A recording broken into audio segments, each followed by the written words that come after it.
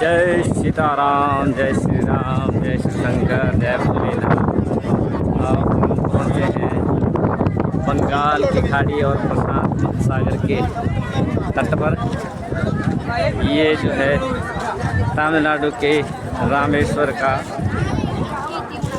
अंतिम पड़ाव है। इससे आगे कोई रास्ता नहीं है। समुद्र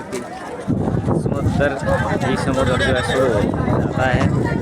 ये जो है अंतिम पड़ाव है। यहाँ से अब हम आपको प्रशांत सागर, बंगाल की खाड़ी वाला जो सागर है वो सब दृश्य आपको। हेलो हेलो, मैं अंकल का बक्कू। हेलो, नमस्ते अंकल। राधे राधे राधे। जय सीताराम, जय श्री राम। जय श्री राम। कहाँ से हो सर? मैं आपके गांव से हूँ। अच्छा, आपका गांव का नाम क्या है? हम हैं हिमाचल प्रदेश हम से। भी हिमाचल प्रदेश के। अच्छा, किधर के? मानपड़ा। हम तो मंडी, जिला मंडी। मानपड़ा। हाँ हाँ, ठीक है। राधे राधे राधे राधे राधे राधे राधे राधे राधे।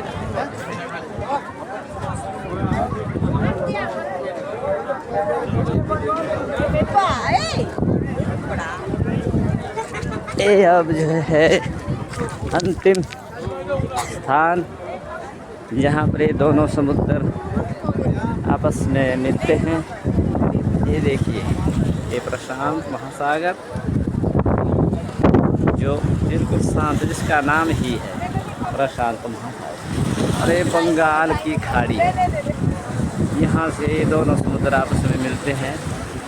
और यही वो स्थान है जहाँ से सेतु निर्माण हुआ था, किया गया था। तो भगवान श्री रामचंद्र जी 14 वर्षों के लिए जब आए तो यहाँ पर इस बंगाल की खाड़ी और प्रशांत महासागर और तमिलनाडु के अंतिम छोर पर जब पहुँचे तो देखा कि यहाँ पर चारों तरफ समुद्र ही समुद्र है। कैसे श्रीलंका जो है किस प्रकार से जाया जाए। तो कहते हैं कि जब भगवान राम जी धराधाम पर पृथ्वी पर आते हैं तब उनके साथ सभी देवी देवता, हिंद महासागर, बंगाल की खाड़ी और अरब महासागर, तब सभी देवी देवता जो है उनके साथ साथ में आ जाते हैं। तो फिर हिंद महासागर, बंगाल की खाड़ी और अरब महासागर। जैसे ब्रह्मा जी जो है जामावत का रूप धारण करके आए थे। और इसी तरह से जी सूर्य के पुत्र बनकर जो सुग्रीव जी और विश्वकर्मा के पुत्र नल नील जी जो उनकी सेना में थे, लेकिन सभी अपने अपने रहस्य को जागृत नहीं करते थे। और भगवान शंकर के अवतार भगवान तो अंततः जब इस तट पर भगवान श्री राम जी पहुँचे तो उन्होंने फिर समुद्र से वंदना की, समुद्र से प्रार्थना करी। बहुत समय तक यहाँ पर बैठे रहे, लेकिन समुद्र देवता जो है कोई बात ना सुने। और अंततः फिर भगवान श्री राम जी को जो है थोड़ा सा क्रोध आ जाता है और अंत में कहते हैं कि रे समुद्र देवता शांत हो जाओ और मुझे जो है पार जाने के लिए, श्रीलंका जाने के लिए रास्ता दीजिए। लेकिन फिर भी समुद्र देवता नहीं माने।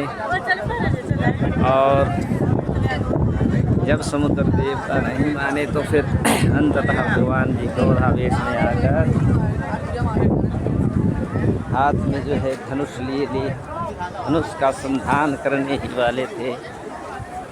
और कुछ ही क्षणों में जो है रत्नाकर महाराज जी उपस्थित हो जाते हैं। बोलिए रत्नाकर महाराज की जय, समुद्रदेव भगवान की जय। त्राहिमाम त्राहिमाम त्राहिमाम करने लगे और फिर कहा कि हे भगवान, हे दीनानाथ दीनबंधु, आप तो जगत के रचयिता हो, पालक हो, तो अगर आप मुझे बाणों से सोख देंगे तो इस पृथ्वी का धाम का क्या होगा, मनुष्यों का क्या होगा। जब संसार में जल ही नहीं रहेगा तो फिर मनुष्य कैसे जो है बिना जल के रह पाएंगे।